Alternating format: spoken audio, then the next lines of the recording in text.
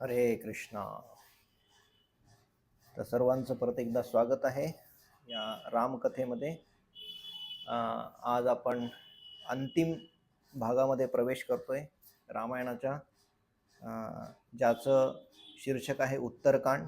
आणि हा शेवटचा 7वा सोपान किंवा 7वा कांड आहे रामायणातला. माझा आवाज येतोय सर्वांना? येते प्रभूजी.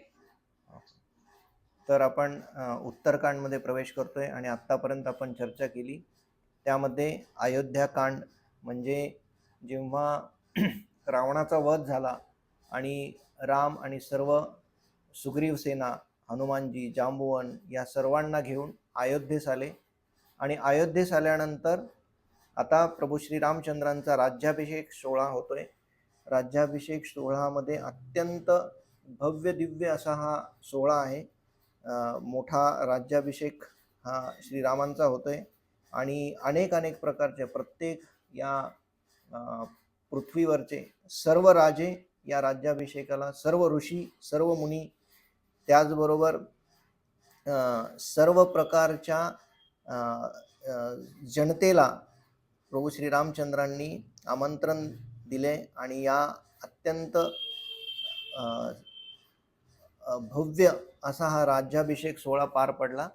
आणि जेव्हा राज्याभिषेक सोहळा पार पडला, कारण अत्यंत उत्साहाचं, मागच्या वेळेस आपल्याला जर आठवत असेल तर जेव्हा प्रभू श्रीरामचंद्रांना वनवास होण्यापूर्वी जेव्हा दशरथ महाराजांची इच्छा होती प्रभू श्रीरामचंद्रांना गादीवर बसवायचं आणि राज्याभिषेक करायचा त्यांचा मानस होता, तर त्याप्रमाणे त्यावेळेस या वनवासाचं योजना झाली आणि प्रभू श्रीरामचंद्रांना वनवासाला जावं लागलं. तर तो ज्यावेळेस ते वातावरण होतं अति उत्साह, अत्यंत आल्हाददायक, तेच वातावरण त्याच्यापेक्षा अधिक असं सुंदर वातावरण या राज्याभिषेक सोहळ्याचं होतंय, ज्यामध्ये विशेषतः प्रत्येक अयोध्यावासी अत्यंत उत्साहित, अत्यंत आनंदित आहेच. त्याचबरोबर प्रत्येक गल्ली, प्रत्येक प्रत्येक रस्ता अयोध्येचा इतका सुंदररित्या सजवलेला आहे की तिथे विशिष्ट प्रकारच्या, असं म्हणतात, वर्णन असं केलेलं आहे की चंदनाचे लेप प्रत्येक घराला लावलेले, अत्तराच्या फवाऱ्यांनी, हत्ती अत्तरांचे फवारे सर्व रस्त्यांवर पसरवतायत. अशा भव्य दिव्य सोहळा हा राज्याभिषेकाचा संपन्न झाला. आणि मग अत्यंत सुंदररित्या प्रभू श्रीरामचंद्रांनी पूर्ण अयोध्या आणि या पृथ्वी तलावरची जी राजा म्हणून आहे ती कमान आपल्या स्वतःच्या हातात घेतली. तर खऱ्या अर्थाने याला रामराज्य असं म्हणतात. या रामराज्याचं वैशिष्ट्य असं आहे की असं म्हणतात, जेव्हा प्रभू श्रीरामचंद्रांनी या पूर्ण राज्याभिषेक झाल्यानंतर पूर्ण अयोध्या असेल, पूर्ण पृथ्वीवरची जर कमान आपल्या हातामध्ये घेतली, तर अयोध्यावासियांसाठी विशेष असं आहे की तिथे कधीही रोग झाला नाही, रोगराई पसरत नव्हती. त्याचबरोबर कुणीही आपत्काली मृत्यू होत नव्हता, कुणीही विधवा होत नव्हती, कोणाच्या इच्छेविरुद्ध मृत्यू कोणाला येत नव्हतं. तर अशा अनेक प्रकारच्या व्याधीमुक्त असं हे अयोध्येचं, म्हणजे त्याला खरं रामराज्य म्हणतात असं वर्णन केलेलं आहे. तर अशा रामराज्याला खरी सुरुवात झाली. आणि मग सगळीकडे आनंद असताना प्रभू श्रीरामचंद्रांनी सर्व ऋषीमुनी, कारण अनेक थोर ऋषीमुनी त्या सोहळ्याला उपस्थित होते, त्याचबरोबर त्यांच्याबरोबर आलेले सुग्रीव, जांबुवन, विभीषण, हनुमानजी, अंगद, नील, नल हे सर्व प्रकारचे त्यांचे जे साथी होते त्यांना, ते पण तिथे अनेक दिवसापासून या सोहळ्याचं उपभोग घेत आहेत किंवा सोहळा स्वतःच्या डोळ्यांनी पाहतायत. तर अशा प्रकारच्या या ऋषीमुनींच्या सानिध्यामध्ये हा सोहळा पार पडला. आणि मग अनेक दिवसाचा हा सोहळा होता. आणि एकदा काय झालं की ऋषीमुनी सर्व जमले असताना प्रभू श्रीरामचंद्रांनी सगळ्यांसमोर त्यांना विचारलं, सगळ्या ऋषीमुनींना त्यांचा आशीर्वाद घेत, त्यांची कृपा याचना करत प्रभू श्रीरामचंद्रांनी एक प्रश्न विचारला की आता सर्व काही सुरळीत झालेलं आहे, पण माझ्या मनामध्ये असा प्रश्न आहे की हा जो रावण होता किंवा त्याचा मुलगा जो इंद्रजित होता, तर यांच्याकडे एवढी शक्ती कशी काय आली? जो कुंभकर्ण होता त्याच्याकडे एवढी शक्ती कशी काय आली? यांना अशा प्रकारचे वरदान कसे प्राप्त झाले? असा प्रश्न प्रभू श्री रामचंद्रांनी विचारल्यानंतर अगस्त्य मुनींनी या सर्व गोष्टींचा उलगडा करायला सुरुवात केली. त्यामध्ये विशेषतः रावणाचा पराक्रम किंवा रावणाने केलेली तपस्या, रावणाचा जन्म, या सर्व गोष्टींची विस्तृत माहिती या उत्तरकांडामध्ये अगस्त्य मुनींनी प्रभू श्री रामचंद्रांना सांगितली. कारण उत्सुकता होती की मी ज्या शत्रूला मारलं तो शत्रू काही साधा नव्हता. प्रभू श्री रामचंद्रांना जाणीव होती की हा जो रावण होता एवढा बलाढ्य होता. जसा कुंभकर्णाचा जेव्हा वध करण्यात आला तेव्हा पण त्यांनी पाहिलं की एवढा एवढा भयंकर असा, एवढा बलाढ्य असा राक्षस, या राक्षसांना एवढी शक्ती आली कुठून, यांनी काय तपस्या केली असेल. तर या प्रश्नाचं उत्तर अगस्त्य मुनी देतात आणि ते वर्णन करतात की जो रावण होता तो रावण असेल किंवा कुंभकर्ण असेल आणि बिभीषण आणि त्यांची जी बहीण होती शूर्पणखा, ही चारही अपत्ये ही त्यांचे वडील विश्रावा यांची मुलं आहेत. आणि मग त्यांनी ती कथा सांगितली किंवा इतिहास सांगितला की पुलस्त्य मुनी म्हणजे ब्रह्माजींचे जे मुलगा आहे त्या पुलस्त्य मुनींना एक मुलगा होता, त्याचं नाव होतं विश्रवा. आणि हा विश्रवा पण अत्यंत महान असा पुलस्त्य मुनींच्याच याच्यामध्ये त्यांचं पूर्णपणे म्हणजे आश्रमात त्यांच्यात राहत त्यांच्या अंडरच त्यांनी ट्रेनिंग घेतलेली आहे. तर असा पण तो जो विश्रवा होता तो पण महान असा एक ऋषी होता, तपस्वी होता. आणि मग एकदा काय झालं की या विश्रवाचा एक मुलगा आहे, त्याचा पहिल्या पत्नीपासून झालेला, तर त्याचं नाव होतं कुबेर. कुबेर तर सर्वांनाच माहिती आहे. कुबेर म्हणजे जो या सर्व जी संपत्ती आहे किंवा ऐश्वर्य आहे तर त्यांचं नियोजन करणारा हा कुबेर. तर असा कुबेर हा विश्रवा मुनींचा मुलगा आहे. आणि या विश्रवा मुनींचा जो मुलगा आहे कुबेर, तर तो त्यावेळेस लंकेवर त्याचं म्हणजे श्रीलंकेवर त्याचं वास्तव्य होतं आणि अत्यंत चांगलं किंवा सुखकारक असं त्याचं जीवन व्यतीत होत होतं. आणि एकदा काय झालं की जी कैकसी नावाची एक राक्षसीन आहे, तर ती राक्षसीन तिच्या वडिलांनी तिला सांगितलं की तू जाऊन विश्रवा मुनींना शरण जा आणि विश्रवा मुनींना शरण जाऊन त्यांना तुझ्या बरोबर लग्न करण्याची विनंती कर. आणि त्यांनी जर तुझ्याबरोबर लग्न केलं तर त्यांच्यापासून जे अपत्य होतील ते अत्यंत पराक्रमी, बलाढ्य किंवा त्यांच्या कारण विश्रवांचा मुलगा कुबेर होता, तर अशा प्रकारच्या कुबेरसारखं तुला ऐश्वर्य प्राप्त होईल. असं जेव्हा त्या कैकसीला सांगितलं तेव्हा तिची इच्छा आपोआपच तशी जागृत झाली आणि ती विश्रवा मुनींकडे गेली. आणि विश्रवांकडे गेल्यानंतर तिने विनंती केली की मला तुमच्याशी लग्न करायचंय आणि मला तुमच्याकडनं पुत्र प्राप्त व्हावी अशी माझी इच्छा आहे. विश्रवा मुनींनी तिला सांगितलं की ही वेळ योग्य नाही, आपण नंतर कधी विचार करू. परंतु ती खूपच हट्ट करायला लागली, ती काही ऐकतच नव्हती. तेव्हा विश्रवा मुनींनी तिला तिचं म्हणणं ऐकलं, मान्य केलं आणि तिला सांगितलं की ठीक आहे, आपण लग्न करूयात. आणि अशा प्रकारे त्या दोघांचं लग्न झालं. आणि त्यांच्यापासून जी अपत्य झाली ती म्हणजे रावण, कुंभकर्ण, शूर्पणखा आणि बिभीषण. तर अशा 4 अपत्य त्यांच्याकडनं झाली. आणि जी कैकसी होती ती या सर्व मुलांना घेऊन विश्रवांच्या आश्रमामध्येच राहत होती. अनेक दिवसानंतर तिची अशी इच्छा व्यक्त केली तिने की आपण याच्यामधनं काय, आपलं जीवन असं आहे, आपण एका आश्रमात राहतोय आणि आपला जो तिला वाटलं की रावणाचा जो सावत्र भाऊ आहे म्हणजे आपला यांच्याकडनं जन्मलेला जो विश्रवाकडनं जन्मलेला जो मुलगा आहे तो कुबेर तर चांगलं लंकेवरती ऐशोआरामात किंवा ऐश्वर्यात चांगलं जीवन व्यतीत करत आहेत. मग आपल्याला काय झालं, आपण का नाही असं जगावं, असा तिच्या मनात विचार आला. आणि तिने या चौघाही मुलांना विनंती केली की तुम्ही पण असं तपश्चर्या करायला पाहिजे, असं तप करायला पाहिजे जेणेकरून तुम्हाला अनेक सिद्धी प्राप्त होतील आणि अनेक शक्ती प्राप्त होतील. तर त्याप्रमाणे रावण आणि या चौघांनीही अत्यंत कठोर तपश्चर्या करायचं व्रत घेतलं. असं म्हणतात की साधारणतः एकूण हरे कृष्णा, कृपया म्यूटवर जा. तर एकूण साधारणतः 10,000 वर्ष या चौघांनीही अत्यंत खडतर अशी तपश्चर्या केली आणि अनेक अनेक तपश्चर्या करत करत त्यांनी ब्रह्माजींना प्रसन्न करून घेतलं. आणि जेव्हा ब्रह्माजी प्रसन्न झाले तेव्हा ब्रह्माजींनी प्रत्येकाला वर मागायची आज्ञा केली की तुम्ही तुम्ही तुमच्यावर प्रसन्न झालोय, तुम्हाला काय मागायचं ते तुम्ही मागू शकता. आणि मग अशा प्रकारे एकेकाने वर मागायला सुरुवात केली. आणि पहिल्यांदा रावणाने वर मागितला. पहिल्यांदा तो म्हणला की मला अमरत्व प्राप्त व्हावं.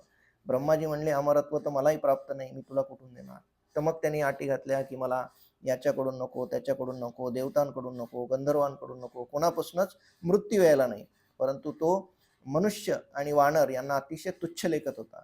आणि त्यांनी तर थोडक्यात मनुष्य आणि वानर यांना कन्सिडर पण केलं नाही. आणि त्यांनी त्यांना सांगितलं की मला यांच्याकडनं मृत्यू नाही यायला पाहिजे. फक्त त्यांनी मानव आणि वानरांना सोडून बाकीच्यांकडनं वरदान मृत्यू होणार नाही असं वरदान प्राप्त करून घेतलं. आणि ब्रह्माजींनी त्याला तथास्तु म्हणून आशीर्वाद दिला. मग पुढच्या वेळेस आला कुंभकर्ण. कुंभकर्ण तर अत्यंत एवढा अवाढव्य होता. असं म्हणतात की तो जेव्हा जन्मला तेव्हाच त्याला अनेक अनेक प्रकारच्या खाद्य म्हणजे अनेक अनेक प्रकारचे मांस त्याला खायला लागायचं.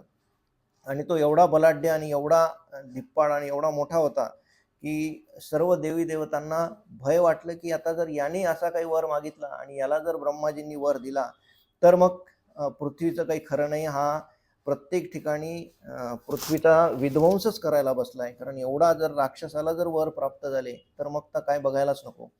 आणि मग ब्रह्माजींना त्यांनी विनंती केली की याच्या जर तुम्ही अटी मान्य केला तर काही खरं नाही आहे, तुम्ही जरा सांभाळून याला वर द्या. त्यावेळेस ब्रह्माजींनी सरस्वती मातेला विनंती केली की तुम्ही जाऊन त्या कुंभकर्णाच्या जिव्हावरती जाऊन विराजमान व्हा आणि त्याच्याकडनं असा वर मागून घ्या जेणेकरून त्याच्याकडनं काही मोठा विध्वंस घडायला नको. तर अशा प्रकारे सरस्वती देवी त्या कुंभकर्ण जेव्हा मागायला गेला तेव्हा कुंभकर्णाला कळलंच नाही की आपण काय मागितलं. आणि तो म्हणाला की मला जास्तीत जास्त झोप आणि जास्तीत जास्त म्हणजे 6 महिने झोप आणि 6 महिने जागा व्हायची मला वरदान द्या. अशा प्रकारचं वरदान मागितल्यावर पटकन ब्रह्माजींनी तथास्तु म्हणलं. त्याच्यानंतर लक्षात आलं की अरे आपण असं कसं काय मागून बसलो. परंतु ते म्हणाले की आता वर दिलाय, आता तो तसाच प्राप्त होणार आहे. अशा वेळेस असं सांगितल्यावरती कुंभकर्णाचा नाईलाज झाला. आणि आपण पाहतो की कुंभकर्ण एवढा बलाढ्य असूनही, राक्षस असूनही त्याला 6 महिने झोप आणि 6 महिने तो जागा राहायचा.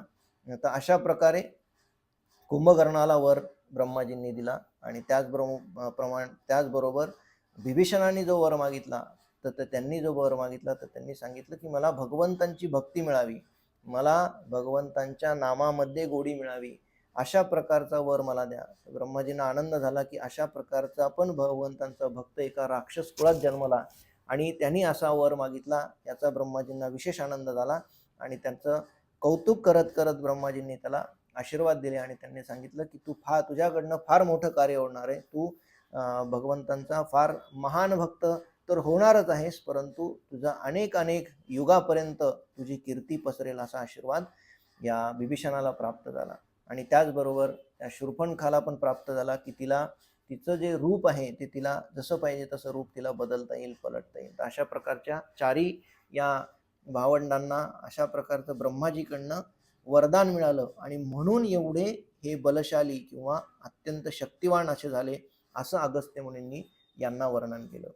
आणि मग थोडक्यात आपल्याला जर पाहायचं असेल किंवा यांना ह्या लोकांकडनं काय शिकायचं असेल तर हे भगवंतांच्या एका लीलेमध्ये सहभागी आहेत. जरी त्यांनी अशा प्रकारचं कार्य केलं असेल तर आपण बघतो की प्रत्येक मनुष्यामध्ये एक प्रभू श्री रामचंद्र आहेत आणि रावण पण आहे. तर कुठल्या गोष्टीला म्हणजे आपल्यामध्ये कसे प्रभू श्री रामचंद्रांची वृद्धी व्हावी, म्हणजे प्रभू श्री रामचंद्रांच्या सद्गुणांची आपल्यामध्ये वृद्धी व्हावी आणि रावणाचे जे गुण आहेत ते आपल्यामधून निघून जावे, यासाठी प्रयत्न करणं अत्यंत आवश्यक आहे. हे आपल्याला फार मोठा बोध आपल्याला इथून घेता येतो. हे रावण आणि कुंभकर्ण कोण होते? हे रावण आणि कुंभकर्ण हे वैकुंठातले भगवंतांचे नित्य सेवक आहेत. हे दोघं हे द्वारपाल आहेत. भगवंतांचे जे द्वारपाल आहेत वैकुंठाचे ते म्हणजे जय आणि विजय, हे 2 द्वारपाल आहेत. आणि हे द्वारपाल भगवंतांच्या वैकुंठाची रक्षण करतात. तर अशा प्रकारे ह्या दोघांना एकदा काय झालं की चतुष्कुमार आहेत जे ब्रह्माजींचे पहिले पुत्र आहेत, ते हे 4 पुत्र जेव्हा वैकुंठामध्ये गेले आणि त्या वैकुंठामध्ये गेल्यावरती त्या दारावरती त्यांना अडवण्यात आलं. ते अडवणारे 2 जे पहारेकरी होते किंवा ते रक्षक होते ते म्हणजे जय आणि विजय होते. आणि त्या चतुष्कुमार अत्यंत महान भगवंतांचे भक्त तर होतेच, परंतु महान तपस्वी होते. आणि जेव्हा त्यांना या दारावरती अडवलं वैकुंठाच्या, तेव्हा त्यांना राग आला आणि त्यांना शाप दिला की तुम्हाला पुढचे 3 जन्म तुम्हाला मनुष्य योनीत जन्म घ्यावा लागेल आणि मनुष्य योनीत जन्म घेऊन तुम्हाला राक्षस कुळात तुमचा जन्म होईल असा एक शाप दिला. आणि त्यानंतर कारण ते आतमध्ये जाऊ देण्यास मनाई करत होते किंवा जाऊ देत नव्हते, त्यामुळे त्यांना शाप देण्यात आला. परंतु जय विजय अत्यंत नम्रपणे त्यांचा शाप स्वीकारला आणि त्यांनी सांगितलं की निश्चितपणे, आणि त्यावेळेस लगेच भगवंत तिथे आले आणि त्यांनी बघितलं की काय झालं, तर त्यांनी सांगितलं की या दोघांनी आम्हाला अडवलं. आणि तेव्हा मग भगवंतांनी सांगितलं की त्यांची ती सेवाच आहे ॲक्च्युली. तर त्यावेळेस या जय विजयांनी अत्यंत नम्रपणे ते स्वीकारलं. आणि हेच जय विजय पहिल्या युगामध्ये म्हणजे सत्ययुगामध्ये हे जय विजय हिरण्यकश्यपू आणि हिरण्याक्ष या राक्षसांच्या रूपामध्ये प्रगट झाले होते. त्यांनी पण भगवंतांची सेवा केली. जर आपल्याला या गोष्टीला दुसऱ्या दृष्टिकोनातून पाहायचं असेल तर भगवंतांच्या भक्ती किंवा भगवंतांच्या लीलामध्ये हे सहाय्य करायला आले होते. जरी त्यांच्या दुष्ट प्रवृत्तीचं वर्णन आपण ऐकत असलो तरी काही ना काही ते शिकवायला आपल्याला आले होते, हे मात्र आपण निश्चितपणे याच्यातून जाणून घेऊ शकतो. तर अशा प्रकारे जेव्हा जय विजयाला शाप मिळाला तेव्हा पहिल्या युगामध्ये ते हिरण्यकश्यपू आणि हिरण्याक्ष म्हणून आले. त्यानंतर रावण आणि कुंभकर्ण म्हणून आले आणि द्वापार युगामध्ये पण आले दंतवक्र आणि शिशुपाल म्हणून. तर अशा प्रकारे तिन्ही युगामध्ये हे जय विजय त्या शापामुळे आले आणि त्यांनी इथे भगवंतांच्या लीलेमध्ये त्यांच्याबरोबर, कारण भगवंतांच्या बरोबर युद्ध करणारा किंवा त्यांच्या शक्ती समान जर कोणी पाहिजे असेल तर अशाच प्रकारचा कोणीतरी व्यक्ती पाहिजे जो भगवंतांची बरोबरी करू शकेल किंवा भगवंतांच्या समान असेल. तर असे कोण होते, तर जय विजय शिवाय दुसरं कोण करणार. तर त्यावेळेस जय विजय यांनी स्वतः ते थोडक्यात त्यांचं रूप घेऊन या लीलामध्ये सहभाग घेतलाय. तर अशा प्रकारच्या सर्व गोष्टींचं वर्णन हे अगस्त्य मुनी करतात प्रभू श्री रामचंद्रांना आणि मग सांगतात की मग कशा प्रकारे त्यांनी या पृथ्वीवरती धुमाकूळ घातला, मग कशा अनेक प्रकारच्या स्त्रियांना कसं त्यांनी पळवून आणलं आणि अनेक प्रकारच्या स्त्रियांचा कसा छळ केला, या सर्व गोष्टी जेव्हा वर्णन करतात. आणि त्याचबरोबर ते सांगतात की कशा प्रकारचे शाप या रावणाला मिळालेले होते. या या या अनेक प्रकारच्या शापांमुळे रावण कुठल्याही स्त्रीला नंतर हात लावू शकत नव्हता, कारण एका शापामुळे त्याचा त्याचा जो मस्तक आहे ते पूर्णपणे फुटेल असा एक त्याला शाप मिळाला होता. त्यामुळे आपण पाहू शकतो जेव्हा माता सीतालाचं अपहरण झालं तेव्हा तो हात लावू शकत नव्हता किंवा कुठल्याही प्रकारची बळजबरी करू शकत नव्हता, कारण त्याला अशा प्रकारचा शाप होता आणि त्याला त्याची जाणीव होती. तर त्या अशा प्रकारच्या सर्व गोष्टींचं वर्णन अगस्त्य मुनी करतात आणि प्रभू श्रीरामचंद्रांना त्यांचा गौरव करताना सांगतात की अशा बलाढ्य राक्षसांचा तुम्ही वध केलाय आणि ते सामान्य व्यक्ती किंवा सामान्य मनुष्य करूच शकला नसता. एवढे बलाढ्य हे लोक होते. अनेक प्रकारच्या वरदानांनी ते वरदान त्यांना प्राप्त होते आणि त्यांना अशा प्रकारचं तुम्ही जे खरं तर उद्धारच झाला त्या लोकांचा असं म्हणता येईल, कारण जेव्हा भगवंतांच्या हातून त्यांचा वध झाला किंवा मरण आलं तेव्हा त्यांचा उद्धारच झाला असं आपण म्हणू शकतो.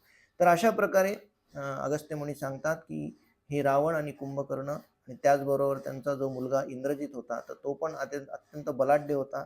अत्यंत अनेक प्रकारच्या तपस्या त्यांनी करून पण भगवान शिवजी, इंद्र यांना सर्वांना त्यांनी त्यांच्या ब्रह्माजी या सर्वांकडनं पण त्यांनी वर प्राप्त करून घेतले होते. अशा प्रकारच्या बलाढ्य शत्रूंचा तुम्ही नाश केलेला आहे, ज्यांनी या पृथ्वी तलावरती खूप सारा असंहार केला होता आणि खूप हिंसा त्यांनी या आणि भीतीदायक असं वातावरण निर्माण केलं होतं. तर त्यामुळे प्रभू श्री रामचंद्रांची स्तुती या सर्व ऋषी मुनींनी केली आणि त्यांना कारण त्या भयापासून मुक्त तुम्ही केलं अशी त्यांना त्यांचा गौरव केला आणि मग सर्व ऋषी मुनी या अयोध्येतून आपापल्या आश्रमाकडे निघून गेले. अशा प्रकारच्या या सर्व ऋषीमुनींनी अयोध्या सोडल्यानंतर मग अनेक अनेक प्रकारचे राजे, अनेक अनेक प्रकारचे त्यांचे बाकीचे सहकारी किंवा इतर प्रदेशातून आलेले सर्व लोक हळूहळू अयोध्येतून निघून जाऊ लागले.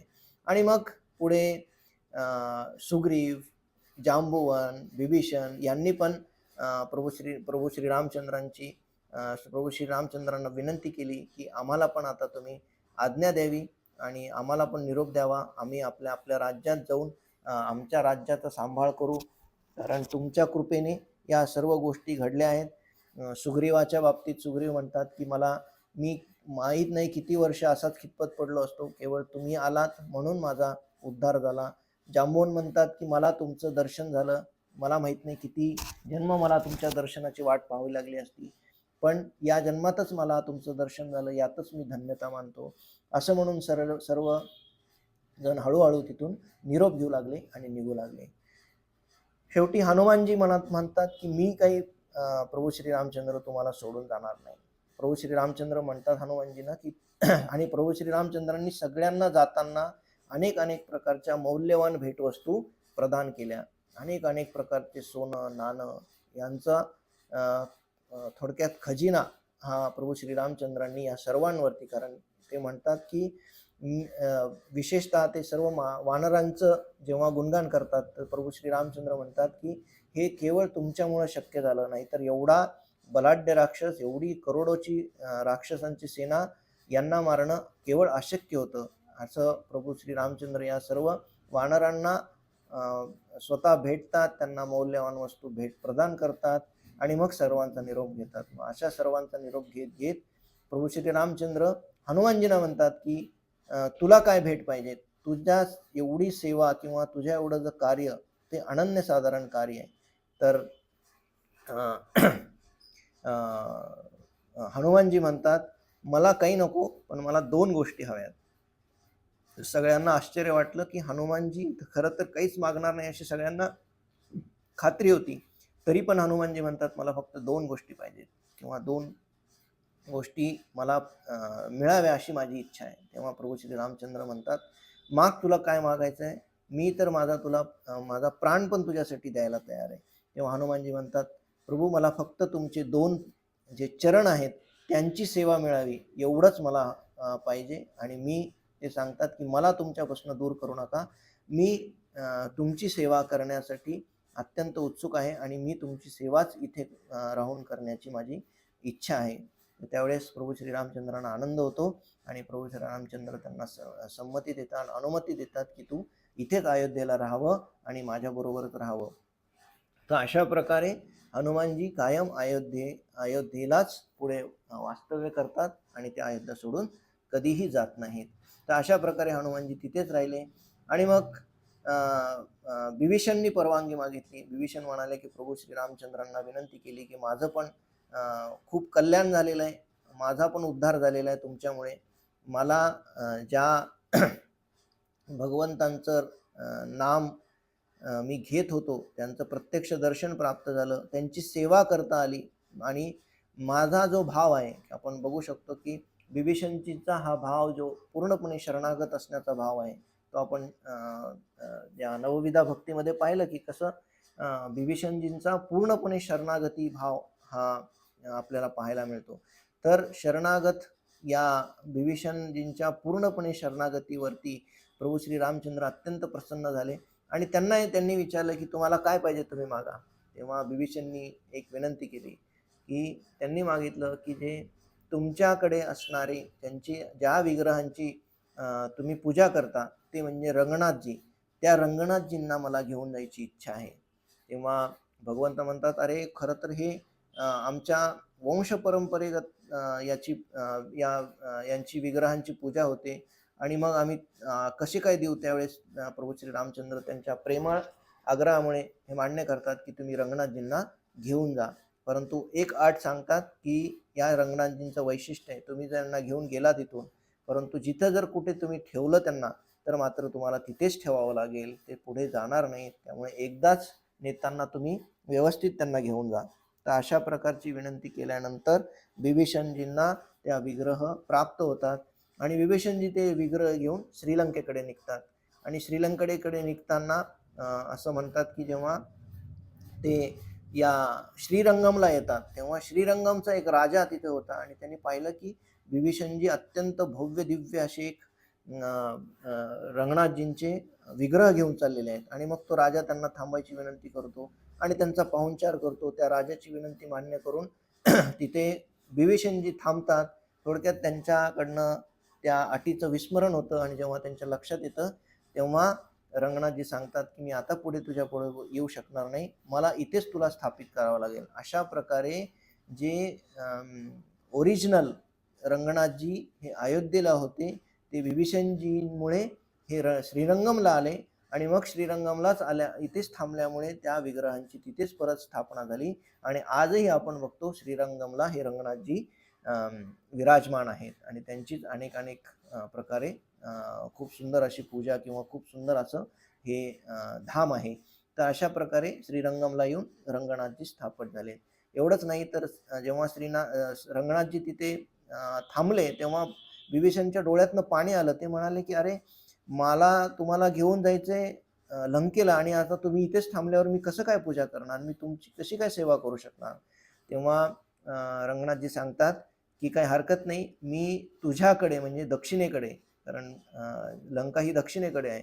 तर जेव्हा त्यांनी सांगितलं की मी कायम तुझ्याकडे माझे जे डोळे आहेत किंवा माझं जे मस्तक आहे ते मी तुझ्याकडे त्या दिशेला करून मी विराजमान होईल आणि तुला सदैव पाहत राहील, असा जेव्हा ते आशीर्वाद देतात तेव्हा अजूनही पाहू शकतो की श्रीरंगमला जो रंगनाथजींचा विग्रह आहे तो दक्षिणेकडे मुख करून आहे आणि ते बिभीषणकडे म्हणजे लंकेकडे सदैव पाहत असतात.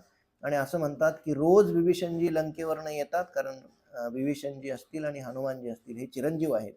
बिभीषणजी आजही लंकेमध्ये आहेत.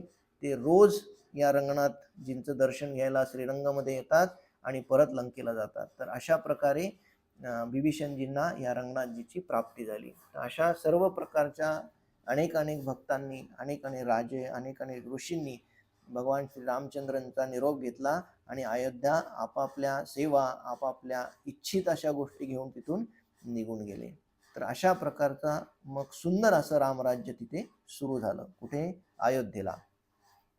आणि मग असं खूप सुंदर असं रामराज्य हसत खेळत आणि खूप प्रसन्न वातावरणात ही अयोध्या नगरी जी आहे आणि तिथले नगरवासी आहेत हे अत्यंत प्रसन्न वातावरणात जीवन व्यतीत करत होते. आणि एकदा काय झालं की असंच गप्पा मारत होते सर्वजण. कोण? सर्व या कुटुंबातील सदस्य, राम, लक्ष्मण, सीता, हनुमानजी, उर्मिला, मांडवी, कौसल्या, सर्व माता, सर्वजण एकदा गप्पा मारत असताना एकदा असाच विषय निघाला की सर्वात श्रेष्ठ सेवा किंवा सर्वात श्रेष्ठ त्याग कोणाचा आहे यावरती चर्चा चालू होती. आणि त्या चर्चेमध्ये पहिल्यांदा सर्वजणांनी एकमताने किंवा एका आवाजाने हनुमानजींचं नाव घेतलं की सर्वात श्रेष्ठ आम्हाला वाटतं की सर्वात मोठा त्याग, सर्वात श्रेष्ठ अशी सेवा जर कोणाची असेल ती हनुमानजी आहे. तेव्हा हनुमानजी नम्रपणे हात जोडतात आणि म्हणतात नाही, खरंच माझी सेवा नाही आहे, माझ्यापेक्षा लक्ष्मणजींची सेवा अधिक श्रेष्ठ आहे. त्याचबरोबर लक्ष्मणकडे ते पाहतात आणि म्हणतात, लक्ष्मणजी तुम्ही जो त्याग केलाय, तुम्ही जी सेवा केली आहे आणि आजपर्यंत करत आलात, पहिल्यापासून तुम्ही सेवा केली, त्यामध्ये कोणीच तुमचं बरोबरी करू शकत नाही, असं म्हणून हनुमानजी आपलं श्रेय हे लक्ष्मणाला देतात. ज्यावेळेस लक्ष्मणकडे सगळेजण पाहत असतात तेव्हा लक्ष्मणजी म्हणतात नाही, माझ्यापेक्षा खरं तर माता सीतेचा त्याग मोठा आहे, त्यांची सेवा जास्त मोठी आहे, श्रेष्ठ आहे, कारण सीतेने खूप मोठा त्याग केला आहे. असं म्हणून ते, मी तर भाऊ आहे परंतु माझं तर कर्तव्यच आहे, परंतु काहीच वर्षापूर्वी लग्न झालं असताना माता सीतेला वनवास हा भोगावा लागला आणि अशा प्रकारे लक्ष्मणजी पूर्ण श्रेय माता सीतेला देतात. परंतु सीता माता म्हणते नाही, माझ्यापेक्षा खरं सांगायचं तर उर्मिलेचं हे जे श्रेय आहे किंवा सेवा आहे ती खरी महान आहे, कारण उर्मिला मी तरी माझ्या पतींबरोबर होते, परंतु उर्मिला ही पतीच्या विरहामध्ये किंवा पती नसताना तिने जी सेवा केली आहे त्याच्यासाठी तिला माझ्यापेक्षा जास्त श्रेय दिलं पाहिजे. मग सर्वजण उर्मिलाकडे बघतात. उर्मिला म्हणते माझ्यापेक्षा खरं तर मांडवी जी आहे, मांडवी म्हणजे भरतांची पत्नी, तर ती म्हणते की नाही, माझ्यापेक्षा खरं तर मांडवी ही महान भक्त तर आहे. तिचा त्याग आणि तिचं, कारण इथे बाजूला असताना माझे तरी पती, मला माहिती होतं की वनवासात गेलेत आणि भगवंतांची सेवा करतायत, परंतु मांडवीचे पती तर काही अंतरावरच असताना पण ते अत्यंत विराह भावात त्यांचं प्रेम किंवा त्यांचं सेवा चालू होती. अशा प्रकारे उर्मिला म्हणते की मांडवी, परंतु मांडवी पण अत्यंत नम्रतेने नाकारते आणि म्हणते की हे खरं तर माझ्यापेक्षा माता कौसल्याचं जे आहे सेवा किंवा त्याग, तो खरा तर कौसल्या मातेचा आहे, कारण तिने पण खूप सारं भोगलेलं आहे. पतीचाही तिला विरह सहन करावा लागला. मग कौसल्या माता म्हणते नाही नाही, माझ्यापेक्षा भरत श्रेष्ठ आहे, भरताचं प्रेम किंवा भरताचा जो त्याग आहे तो श्रेष्ठ आहे. शेवटी भरत म्हणतात की नाही, मग सगळ्यांचं म्हणणं असं पडतं की किंवा भरत आपल्यापेक्षा श्रेय शेवटी प्रभू श्री रामचंद्रांना देतात. म्हणतात खरं तर हे सर्व श्रेय तुमचंच आहे, तुमच्या प्रेमामुळे या सर्व लोकांनी त्याग केलाय, त्यामुळे तुम्हीच जो त्याग केला तो खरा श्रेष्ठ त्याग आहे. आणि शेवटी प्रभू श्री रामचंद्र म्हणतात की मी खरं सांगू, सर्वात जर श्रेय कोणाला द्यायचं असेल तर ते कैकेयीला दिलं पाहिजे, कारण सर्वजण आत्ता आपण आनंदी आहोत, प्रत्येकाच्या मनामध्ये आनंद आहे, उत्साह आहे, प्रेम आहे, परंतु एक अशी व्यक्ती आहे जिच्या मनामध्ये या पूर्ण आयुष्यभर जोपर्यंत तिच्यामध्ये प्राण आहे तोपर्यंत तिच्या मनामध्ये एकच खंत राहणार, ती म्हणजे तिने जो विचार केला, तिच्याकडनं जी काही घटना घडली किंवा आपण तिला दोष देतोय, आणि ती आपण जरी आता दोष विसरलो असलो तरी पण तिच्या मनामध्ये ती आयुष्यभर खंत राहणार. त्यामुळे कैकेयीचा त्याग किंवा कैकेयीची सेवा ही सर्वात श्रेष्ठ असणार आहे, कारण कैकेयीचा आपण सर्वजण आनंदी होणार, नंतर सर्व गोष्टी हळूहळू काही वर्षांनंतर आपण विसरून जाणार, परंतु कैकेयीच्या मनामध्ये मात्र ही गोष्ट सदैव तिचं मन खात राहणार. त्यामुळे तिने जी काही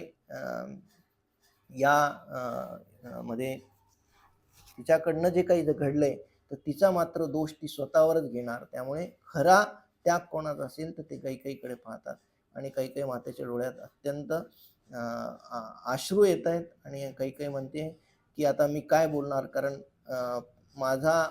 माझ्याकडनं असा गुन्हा झालाय की मला युगानुयुगे सर्व लोक मलाच दोषी म्हणतील. तर अशा प्रकारे सर्वजण कैकेयीचा महानता किंवा कैकेयीचा एका प्रकारे त्याग मान्य करतात आणि अत्यंत प्रेमाने सर्वजण, कारण कैकेयीच्या मनामध्ये असा भाव आहे की आपल्याकडनं मोठी चूक आहे, थोडक्यात पश्चाताप आहे, परंतु तो पश्चाताप प्रभू श्री रामचंद्र सर्वांना विनंती करतात की आपण कैकेयीच्या मनामधनं तो भाव काढणं अत्यंत आवश्यक आहे. तिला अशा कुठल्याही प्रकारचं वाईट वाटणं किंवा तिच्यामध्ये दोष वाटणं हे आपण तिचा कमी केलं पाहिजे आणि हीच आपली सेवा असेल. म्हणून सर्वजण कैकेयीचा जय जयकार करतात आणि कैकेयीला सांत्वना देण्याचा प्रयत्न करतात. अशी एक सुंदर घटना जी त्याग आणि प्रेमाच्या समर्पणासाठी आपल्याला शिकायला मिळते की प्रत्येक जण हनुमानजी असतील, लक्ष्मण, सीता, उर्मिला, मांडवी, कौसल्या, भरत, राम, प्रत्येक जण प्रत्येकाची सेवा, प्रत्येकाचा त्याग महत्वाचा आहे, परंतु कोणीही तिथे श्रेय घ्यायला तयार नाही. ते एकमेकांचं श्रेय एकमेकांच्या वरती देण्यातच प्रसन्नता किंवा धन्यता मानतात. तर अशा प्रकारचा एक अत्यंत सुंदर भाव इथे आपल्याला शिकायला मिळतो. आणि मग हळूहळू हे सर्व लोक तिथून गेल्यानंतर मग यांचं थोडक्यात आपलं रुटीन जे राज्य आहे ते सुरू झालेलं आहे. आणि जेव्हा रुटीन राज्य सुरू झालं तेव्हा हनुमानजी अत्यंत प्रेमाने तिथे सेवा करतायत, परंतु हनुमानजींची सेवा इतकी चालू आहे की प्रत्येक सेवा हनुमानजींना करायची असते. कुठलीही सेवा आली की हनुमानजी तयार असतात, तत्पर असतात. आणि मग सर्वजण तिथे म्हणतात की आम्हाला तर काही हनुमानजी असताना इथे सेवाच करायला मिळत नाही. आणि मग काय करतात, एके दिवशी ठरवतात लक्ष्मण, भरत सीता सर्वजण ठरवतात की हनुमानजींना आता काहीतरी केलं पाहिजे, नाही तर आपल्याला सेवाच करायला मिळणार नाही. कुठली सेवा आली की हनुमानजी पुढे असतात आणि प्रत्येक सेवा ते पटकन संपून पण टाकतात. मग अशा वेळी एकदा विचार करतात की हनुमानजी, मग आता ठरवतात ते, थोडक्यात ते मीटिंग घेतात आणि सगळ्यांना बोलवतात, त्यामध्ये हनुमानजींना पण बोलवतात.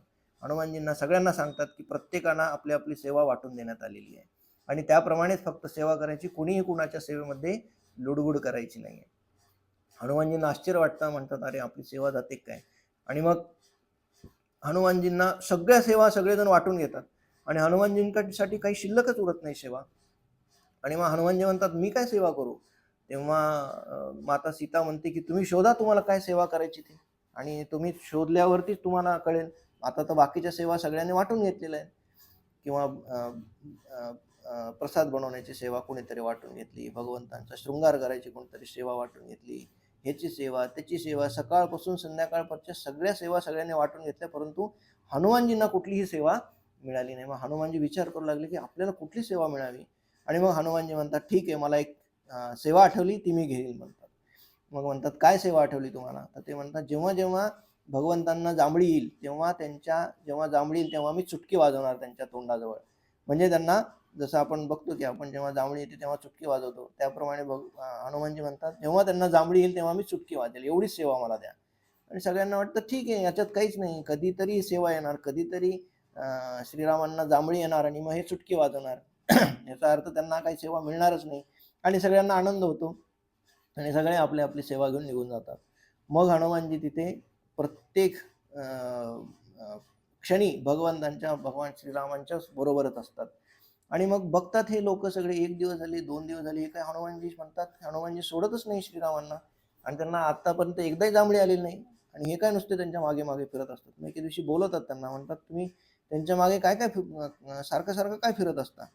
तर ते म्हणे की त्यांना तर कधी जांभळी येऊ शकते आणि मग मला माहिती आहे की त्यांना जर जांभळी आली तर मला चुटकी वाजवायची, त्यामुळे मी त्यांना सोडणारच नाही. मग अशा प्रकारे त्या सगळ्यांना कळतं की आपण फार मोठी चूक केलेली आहे हनुमानजींना सांगून. कारण हनुमानजी आता श्रीरामांना सोडायलाच तयार नाही. कारण त्यांचं म्हणणं असं आहे की कधीही त्यांना जांभळी येऊ शकते, कधीही जांभळी येतील तर माझी सेवा चुकू शकते, त्यामुळे मी त्यांना कधीच सोडणार नाही, असं म्हणून ते रावांना कधीच सोडायला तयार होत नाहीत.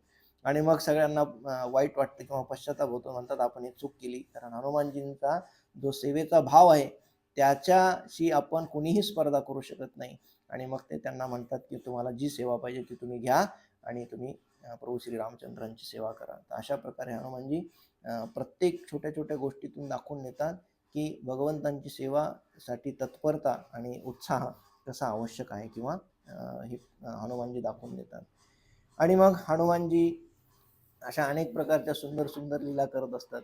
एकदा ते पाहतात की माता सीता आपल्या कपाळामध्ये भांगामध्ये सिंदूर भरतीये आणि मग एके दिवशी विचारतात की हे काय आहे. तेव्हा ते म्हणतात, माता सीता म्हणते की हा सिंदूर आहे. मग ते म्हणतात यांनी काय होतं. तर ते म्हणतात एकतर माझे पती श्रीराम यांना अत्यंत प्रसन्नता वाटते, त्यांना खूप छान वाटतं की मी अशा प्रकारचा शृंगार केला आहे आणि माझा कपाळामध्ये मी त्या भांगामध्ये मी सिंदूर लावला आहे. तर अशा प्रकारे जेव्हा हनुमानजीला सांगतात तेव्हा हनुमानजी विचार करतात, अच्छा एवढ्या एका चुटकीभर सिंदूराने प्रभू श्रीरामचंद्र जर प्रसन्न होत असतील, त्यांना आनंद वाटत असेल, तर हनुमानजी विचार करतात ठीक आहे. हनुमानजी बाहेर जातात आणि जे मोठं त्या सिंदुराचं भांड असतं ते पूर्ण स्वतःच्या अंगावर ओतून घेतात आणि पूर्णपणे स्वतःला त्या सिंदुरामध्ये माखून घेतात. आणि तसेच चालतात, पुढे जातात आणि प्रभू श्रीरामचंद्रांकडे जातात. प्रभू श्रीरामचंद्र हसतात, म्हणतात हे काय झालं, हे काय केलंय तुम्ही हनुमानजी. तेव्हा हनुमानजी म्हणतात माता सीतेने एवढं चुटकीभर सिंदूर लावलं तर त्यांना तुम्हाला खूप आनंद होतो असं म्हणतात त्या. आणि मी मग पूर्णच माझं जे शरीर आहे ते सिंदुराने माखून टाकलेलं आहे, आता तर तुम्हाला निश्चितपणे आनंद होईल असं म्हणून मग श्रीराम तिथे हसतात, म्हणतात की त्या सगळ्यांकडेच पाहून म्हणतात की असा जो भाव आहे तो मला भक्ताचा भाव अत्यंत प्रसन्न करतो. एक छोट्या छोट्या गोष्टीमध्ये जर भक्त मला प्रसन्न करण्यासाठी कुठल्याही गोष्टी करायला तयार होतो, हे मला जास्त प्रसन्न करतं, हे मला जास्त आनंदित करतं. तर अशा प्रकारे असं म्हणून सर्वजण हसतात. माता सीता हसते, म्हणते खरंच हनुमानजी तुमचा जो भाव आहे तो आमच्या सेवेपेक्षा अत्यंत उच्च आहे. असं म्हणून सर्वजण मान्य करतात की हनुमानजींचा भाव. आणि अशा अनेक प्रकारच्या लीला तिथे हनुमानजी, प्रभू श्रीरामचंद्र आणि तिथले अयोध्यावासी करत असतात. एकदा तर प्रभू श्रीरामचंद्र सगळं काही सुरळीत असताना एकदा विचार करतात शिवजी आणि माता पार्वती यांना जेवायला बोलवण्यासाठी. आणि मग ते आमंत्रण पाठवतात. शिवजी आणि माता पार्वतीला जेवण्यासाठी आमंत्रण देतात. आणि शिवजी आणि माता पार्वती जेवणासाठी येतात. आणि जेव्हा जेवणासाठी येतात शिवजी आणि पार्वती, तेव्हा थोडा स्वयंपाकासाठी वेळ असतो. आणि मग इकडच्या तिकडच्या गप्पा चालताना शिवजी विचारतात प्रभू श्री रामचंद्रांना की अरे हनुमानजी दिसत नाही, हनुमानजी कुठे आहेत? तर राम म्हणतात अरे इथेच असतात, पण माहित नाही कुठली तरी काहीतरी सेवा करत असतात, ते काही शांत बसणारे नाही आहेत. कुठली ना कुठली त्यांच्या चालूच असते सेवा. आणि जरी सेवा नसेल तर ते शांत कुठल्या तरी झाडाखाली बसतात आणि जप करत बसतात. तर तुम्हाला जर त्यांना शोधायचं असेल तर बाहेर जाऊन कुठेतरी शोधावं लागेल. शिवजी म्हणतात मी बोलू का, असं म्हणतात श्रीरामचंद्र. तेव्हा शिवजी म्हणतात नाही नाही राहू द्या राहू द्या, मी जाऊन येतो म्हणतात, मी बघून येतो कुठे ते. आणि मग म्हणतात बागेतच असतील, म्हणून ते बाहेर बागेत बघायला शोधायला जातात. आणि जेव्हा बागेच्या तिथे आतमध्ये जातात तेव्हा एका झाडाखाली हनुमानजी त्यांना दिसतात लांबून की एका झाडाखाली हनुमानजी बहुतेक तिथं बसलेले आहेत, असं म्हणून शिवजी तिकडे जातात.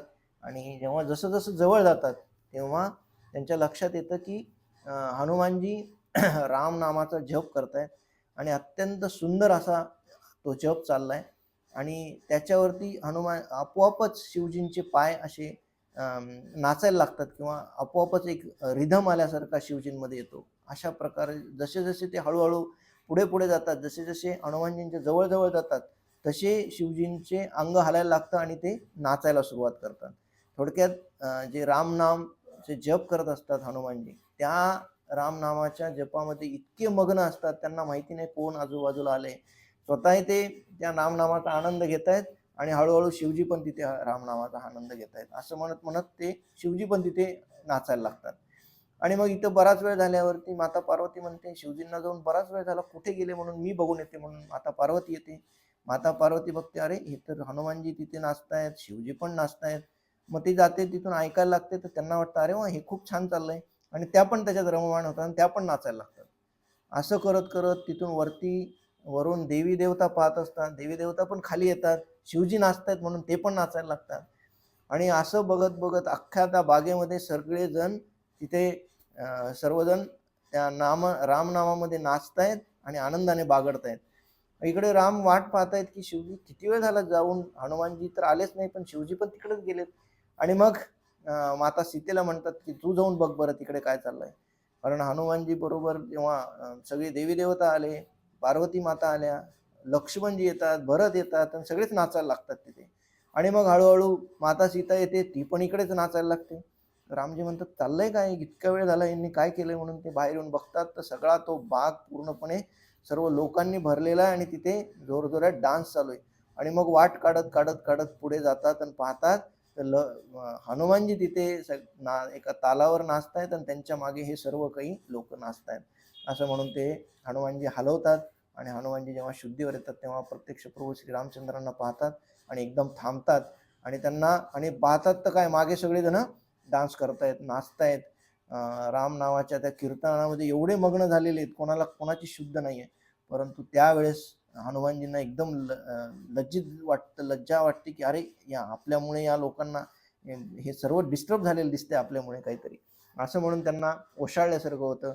आणि ते प्रभू श्री रामचंद्रांना प्रणाम करतात आणि मग तिथून निघून जातात. जसं हनुमानजी तिथून निघून जातात तेव्हा सगळे एकदम शुद्धीवर येतात. आणि मग सगळेजण आपापल्या आणि खूप आनंद, इतका प्रसन्नतेचं वातावरण होतं तिथे की शिवजी म्हणतात मी असं एवढ्या प्रसन्नतेचं अनुभव यापूर्वी केला नव्हता. आणि म्हणून ते विशेषतः हनुमानजींची स्तुती करतात. आणि मग शिवजी येतात आणि यथेच्छ प्रभू श्री रामचंद्रांच्या आमंत्रणाचा आस्वाद घेतात त्या जेवणाचा. आणि मग शिवजी तिथून परत जातात. तर अशा प्रकारे हनुमानजींची अनेक अनेक लीला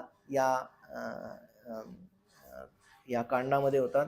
काही ठिकाणी आपण पाहतो की या लीलांचं वर्णन नाहीये, परंतु जर हे वाल्मिकी किंवा रामचरित मानसमध्ये नसेल तर अनेक प्रकारचे दुसरे जे अध्यात्म रामायण आहे किंवा अनेक प्रकारचे रामायण त्यामध्ये वर्णन केलेल्या या लीला आहेत. त्यामुळे आपल्याला जर कुठे आढळल्या नाही तर आपण निश्चितपणे हे समजून घ्या या लीला कुठल्या ना कुठल्या रामायणामध्ये निश्चितपणे नमूद केलेल्या आहेत आणि त्याच आपल्यासमोर आलेल्या आहेत. तर अशा प्रकारे अत्यंत सुंदर असं तिथे वातावरण आहे, अत्यंत सुंदर असं रामराज्य चालू आहे. आणि एके दिवशी प्रभू श्रीरामचंद्र त्या सभेमध्ये विचारतात सर्व सभासदांना किंवा त्या मंत्रिमंडळात की आपल्या राज्याचा सध्या काय हाल हवाल आहेत, कसं काय चाललंय, कोणाचं काय मत आहे, सर्वजण आनंदी आहेत ना, सर्वांना माझ्याविषयी काही तक्रार आहे का, अशा प्रकारे जेव्हा प्रश्न विचारतात. बाकीच्या प्रश्नांची उत्तरं तर खूप चांगली येतात, परंतु ज्यावेळेस विचारतात की माझ्याविषयी कोणाला काही शंका आहे का, त्यावेळेस अतिशय शांतता तिथे पसरते आणि कोणीही बोलायला तयार होत नाही. तर या प्रश्नाचं जेव्हा प्रभू श्री रामचंद्र वारंवार विचारतात की माझ्याबद्दल कोणाला शंका आहे का, त्यावेळेस मात्र कोणी बोलायला तयार नाही. आणि मग प्रभू श्री रामचंद्र विनंती करतात की तुम्ही या प्रश्नाचं उत्तर मला दिलंच पाहिजे. त्यावेळेस धीर करून एक व्यक्ती सांगतो की अशी चर्चा आहे की जेव्हा तुम्ही माता सीतेला या रावणाकडून परत आणली, तर त्यावेळेस जरी अग्निपरीक्षा झाली असली तरी ती रावणाकडे 1 वर्ष होती. त्यामुळे एका राजाचं कर्तव्य आहे की तिचा स्वीकार करणं हे योग्य नाही आहे. अशा प्रकारचं वक्तव्य ऐकून प्रभू श्री रामचंद्रांना अत्यंत खेद होतो, अत्यंत धक्का बसतो आणि ते म्हणतात हे असं कसं शक्य, मी तर पूर्ण अग्निपरीक्षा घेतलेली आहे आणि तिच्या एवढं पवित्र या सृष्टीमध्ये कुणीही नाही आहे याची मी शाश्वती देतो, तरी पण ही लोकचर्चा आहे, त्याला आपण नाही थांबवू शकत. तर अशा प्रकारचं वक्तव्य जेव्हा येतं तेव्हा ते अत्यंत खिन्न होतात. आणि खिन्न झाल्यानंतर प्रभू श्रीरामचंद्र म्हणजे काही ठिकाणी आपण पाहिली की ती एका धोबी जो आहे तो या प्रकारचं वचन बोलतो किंवा या प्रकारचा उद्गार काढतो. परंतु काही ठिकाणी असं वर्णन आहे की राज्यसभेत, त्यांच्या राजाच्या सभेत हे वक्तव्य आलेलं आहे. आणि त्यावेळेस मग प्रभू श्री रामचंद्र सर्वांना विचारतात की मी आता काय केलं पाहिजे. तर नाईलाजानं किंवा एक धर्माचा भाग म्हणून असं सांगण्यात येतं की तुम्हाला माता सीतेचा त्याग करावा लागेल. आणि हे ऐकताच प्रभू श्री रामचंद्र तिथेच कोसळतात, कारण प्रभू श्री रामचंद्रांना माहिती आहे की हा जर लोकांची भावना जर अशी असेल किंवा लोकांची जर मागणी असेल किंवा त्यांच्या मनामध्ये जर असं चाललं असेल किंवा ते जरी वरती दाखवत नसतील, जर त्यांच्या मनामध्ये चाललं असेल तर हे अत्यंत दुर्दैवी आहे. आणि याचं जर मला पालन करायचं असेल आणि मला जर सीतेचा त्याग करायचा असेल तर त्याच्या एवढी सर्वात वाईट अशी घटना माझ्या विषयी कुठलीच नसेल. परंतु या शंकेचं समाधान याच्यातच आहे की मला सीतेचा त्याग करावा लागेल. आणि अत्यंत खिन्न होऊन, अत्यंत मनाच्या विरुद्ध जाऊन प्रभू श्री रामचंद्र लक्ष्मणजींना बोलवतात आणि लक्ष्मणजींना सांगतात की तुला माता सीतेला या अरण्यात परत नेऊन सोडायचं आहे आणि तिला नंतर गेल्यानंतर सांग की मी तिचा त्याग केलेला आहे, अशा अशा घटनेमुळे तिचा त्याग केलेला आहे. आणि माता सीता इकडे माता सीतेने त्या 1-2-3 दिवसच आधी प्रभू श्री रामचंद्रांना विचारलं होतं की मला काही दिवसासाठी माझ्या बालकांसाठी, म्हणजे होणाऱ्या बालकांसाठी, तेव्हा माता सीता गरोदर असतात आणि तेव्हा त्या सांगतात की माझ्या मुलांच्या कल्याणासाठी मला काही महान ऋषींचा संग करायचा आहे. तर त्यांच्या आश्रमात जाऊन त्यांच्याकडनं अनेक ज्ञानाच्या गोष्टी मला ग्रहण करायच्यात, अशी एक इच्छा व्यक्त केली असताना प्रभू श्री रामचंद्र सांगतात लक्ष्मणजींना की तुम्ही जा आणि त्यांना सांगा की तुम्हाला तुमच्या इच्छेप्रमाणे संग जो प्राप्त करायचा आहे, ज्ञान जे घ्यायचे, त्यासाठी तुम्हाला आश्रमात नेण्यात आलं आहे. आणि त्यानंतर तिथे जाऊन सांगा की आजपासून मी तिचा त्याग केला आहे. अत्यंत कठोर मनावरती दगड ठेवून लक्ष्मणजी पण ऐकायला तयार नाहीत, रामजींच्या मनाच्या विरुद्ध आहे, परंतु हे राज्याच्या कल्याणासाठी किंवा लोक काय म्हणतील याच्याबद्दल विचार करून प्रभू श्री रामचंद्रांनी अत्यंत कठोर मनाने हा निर्णय घेतला आणि माता सीतेचा त्याग करण्याचा लक्ष्मणजींना आदेश दिला. अशा प्रकारे लक्ष्मणजी रथामध्ये बसवतात. माता सीतेला काहीच माहीत नाही आपण हे पुढे काय होणार आहे. त्यांना एवढंच माहिती की आपण या अरण्यात जातोय आणि एका ऋषींच्या आश्रमामध्ये आपल्याला काही दिवस वास्तव्यासाठी जातोय. आणि जेव्हा लक्ष्मणजी तिथे घेऊन जातात तेव्हा ते सांगतात की वाल्मिकी मुनींच्या आश्रमात आपल्याला जायचंय. आणि वाल्मिकी ऋषींच्या आश्रमाच्या थोडंसं अलीकडे गेल्यावर तिथे रथावरनं खाली उतरल्यावरती लक्ष्मणजी सांगतात, खरं तर मला सांगण्याचं धाडस होत नाहीये, परंतु मला आणि हा निर्णय मला पण पटत नाहीये, परंतु मला सांगणं भाग आहे, म्हणून मी सांगतो की प्रभू श्रीरामचंद्रांनी तुमचा आजपासून त्याग केला आहे आणि काही लोकांच्या या वक्तव्यावरनं हा निर्णय घेतला आहे, अशा सर्व गोष्टींचा उलगडा करून सांगतात. तेव्हा माता सीता अत्यंत दुःखी होतात, अत्यंत कष्टी होतात. त्यांच्यावरती एवढा मोठा दगड कोसळला आहे, जसं काही आभाळ कोसळलंय अशा प्रकारे त्या आपल्या अश्रूंना वाट मोकळी करून देतात आणि लक्ष्मणजींना सांगतात की मी काय चुकले होते, माझ्याकडनं कुठलं पाप झालं की अशा प्रकारचं मला माझ्या पतींनी माझा त्याग केला आहे. आणि त्या म्हणतात की माझ्या पतींनी एवढे कठोर होऊच शकत नाही. अत्यंत सुंदर संवाद आहे त्या दोघांचा की त्यांच्या आठवणी काढतायत त्या आपल्या प्रभू श्री रामचंद्रांची गौरव किंवा स्तुती करत ते सांगतायत की अशा प्रकारचं वर्तन माझ्या पतीकडनं प्रभू श्री रामचंद्राकडनं होणं शक्य नाही आहे. परंतु तरीही या सर्व गोष्टी मान्य करून त्या तिथून पुढे निघून जातात. त्या पुढे जातात, त्या वाल्मिकी मुनींच्या आश्रमात जातात. आणि मग लक्ष्मणजी अत्यंत कठोर पावलांनी परत अयोध्येला येतात. आणि प्रभू श्री रामचंद्रांनाही काही ते फक्त लोकांच्या म्हणण्यामुळे याचा त्याग केलेला आहे. आणि प्रभू श्री रामचंद्रांनी पण पुढे खूप कठोर तपस्या करून त्यांचं पण जीवन व्यतीत करतात. अनेक लोकांना प्रश्न पडतात की असं कसं काय होऊ शकतं किंवा असं कसं काय केलं. तर एक आचार्य सांगतात, माझ्याकडे ते नाही आहेत, परंतु एक आचार्यांच्या याच्यामध्ये मला ते लेक्चर मिळालं नाही, तर त्यांनी सांगितलं की 13 प्रकारचे कारण आहेत ज्या कारणांमुळे प्रभू श्री रामचंद्रांनी माता सीतेचा त्याग केला होता.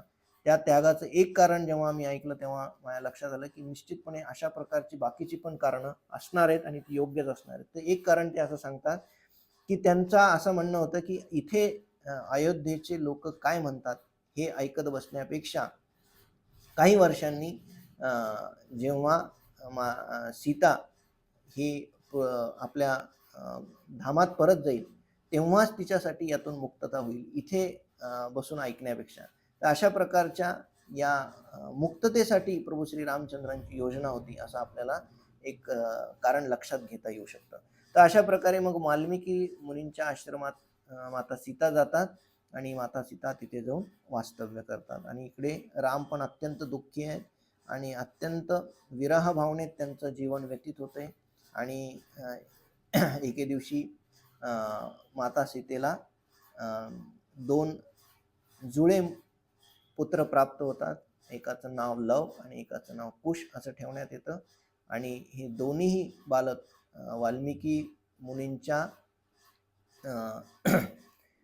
अंडर ट्रेनिंग घेतात आणि अत्यंत गुणी, अत्यंत विद्वान, अत्यंत हुशार अशी बालक किंवा त्यांच्यावरती वाल्मिकी त्यांच्यावर संस्कार करतात. आणि मग आपल्याला माहिती आहे की या संस्कारानंतर जेव्हा ते पूर्ण हे गीत रामायण कोणाला सांगायचं आणि तेव्हा ते त्यांच्यासमोर हे बालक येतात, लव आणि कुश. आणि जेव्हा वाल्मिकी मुनींना माहिती असतं की हे दोनच प्रभू श्री रामचंद्रांचे पुत्र आहेत आणि हे दोघच जण या रामायणाची कथा या पूर्ण विश्वभर प्रसारित करतील. आणि मग जेव्हा सर्व विश्वभरात प्रसारित केल्यानंतर हे दोघंही जेव्हा अयोध्येला येतात आणि प्रभू श्री रामचंद्रांच्या समोर या रामकथेचा भाग पूर्ण ऐकवतात किंवा रामकथा ऐकवतात, तेव्हा प्रभू श्री रामचंद्रांना जेव्हा कळतं की हे दोन्हीही पुत्र दुसरे तिसरे कोणी नसून आपलेच पुत्र आहेत, तेव्हा त्यांच्या लक्षात येतं आणि ते त्यांना प्रेमाने जवळ करतात. आणि मग थोड्या दिवसांनी ते सीतेला आणि वाल्मिकी ऋषींना निरोप पाठवतात की जर तुम्हाला वाटलं असेल, तुमची जर परीक्षा झाली असेल आणि तुम्हाला मान्य असेल की सीता ही दोषरहित आहे, ती अत्यंत पवित्र आहे आणि ती तुमच्या पवित्रतेच्या परीक्षेत उत्तीर्ण झाली आहे, तर तुम्ही तिला इथे परत घेऊन या आणि मी परत तिचा स्वीकार करायला तयार आहे. अशा प्रकारचा निरोप गेल्यानंतर वाल्मिकी मुनी माता सीतेला घेऊन अयोध्येत परत येतात. आणि जेव्हा अयोध्येमध्ये परत येतात तेव्हा जेव्हा माता सीता मागे आणि पुढे वाल्मिकी ऋषी येत आहेत, सर्व अयोध्यावासी बघतायत आणि त्यांना या गोष्टींचं अत्यंत दुःख आहे. कारण त्यांना कळलं होतं की आपल्या या वक्तव्यामुळे किंवा आपल्या या चर्चेमुळे या पवित्र स्त्रीला अशा प्रकारचा दुःख भोगावं लागलं, अशा प्रकारच्या वेदना भोगाव्या लागल्या. त्यामुळे अत्यंत व्याकुळ हे वासी पण आहेत. त्यांना हे पश्चाताप होतोय. ते वारंवार विनंती करतात की आमच्याकडनं फार मोठी चूक झाली, आम्ही या सीतेची अशी परीक्षा पाहायला नव्हती पाहिजे किंवा अशा प्रकारचं उद्गार आमच्याकडनं निघायला नव्हते पाहिजे, असे म्हणून ते पण लोक रडतायत. माता सीता मागे आहेत, वाल्मिकी मुनी ऋषी पुढे चालत आहेत आणि हळूहळू जेव्हा ते अयोध्येच्या राजवाड्याजवळ जिथे प्रभू श्रीरामचंद्र आहेत तिथे येतात, तेव्हा तिथे जाहीर करतात वाल्मिकी की मी अनेक दिवस झाले सीतेच्या बरोबर आहे, तिच्या अनेक प्रकारच्या त्याग, अनेक प्रकारच्या परीक्षा मी पाहिल्या, त्यामुळे मी तुम्हाला हे ठामपणे सांगू शकतो की सीता एवढी पवित्र स्त्री असूच शकत नाही आणि तिचं पावित्र्य मी तुम्हाला सांगतोय. ते प्रभू श्रीरामचंद्रांना अत्यंत आनंद होतो आणि प्रभू श्रीरामचंद्र तिथे घोषणा करतात की या सर्व प्रकारच्या आरोपातून किंवा अनेक प्रकारच्या या वचनातून मी तिला मुक्त करतो आणि तिला मी परत एकदा स्वीकार करतो. तेव्हा ते तिला विनंती करतात की तू यावं आणि आमचा पण स्वीकार करावा. आणि थोडक्यात ते माफी पण मागतायत की अशा प्रकारच्या लोक वर्तनामुळे या गोष्टी घडल्या, त्यामुळे या सर्व गोष्टी विसरून आपण परत सुखी असा राज्यकारभार करू आणि या अयोध्येचा सांभाळ करू, असं म्हणून ते सीतेला स्वीकार करून त्यांना परत येण्याची विनंती करतायत. परंतु सीता आता मात्र अत्यंत दुःखी आहे. ती म्हणते की मला आनंद आहे की तुम्ही माझा स्वीकार करतात, परंतु आता मला असं वाटतं की मी इथे राहणं योग्य नाही आहे, त्यामुळे मला या सर्व गोष्टी सोडून जाणं योग्य वाटतंय. त्यामुळे मी जर पवित्र असेल आणि अजून जर कोणाला परीक्षा पाहिजे असेल तर त्यांनी पाहावी, पण मी जर पवित्र असेल तर धरणी मातेला विनंती करतात की तू मला ये आणि मला घेऊन जा. कारण आपल्याला माहिती की जशा धरणी मातेतनंच माता सीता प्रगट झाल्या होत्या, त्याचप्रमाणे धरणी मातेच्या त्या सुपुत्री आहेत आणि त्या धरणी मातेलाच त्या विनंती करतात की तुम्हाला यावं आणि घेऊन जावं. अशा प्रकारे त्या विनंती करतात आणि ज्या क्षणी त्या विनंती करतात, आपल्याला जर माहिती असेल तर त्यामध्ये धरणी माता स्वतः दोन याच्यात विभागून माता सीतेला स्वीकार करतात आणि माता सीतेला घेऊन जातात. आणि जशी धरणी माता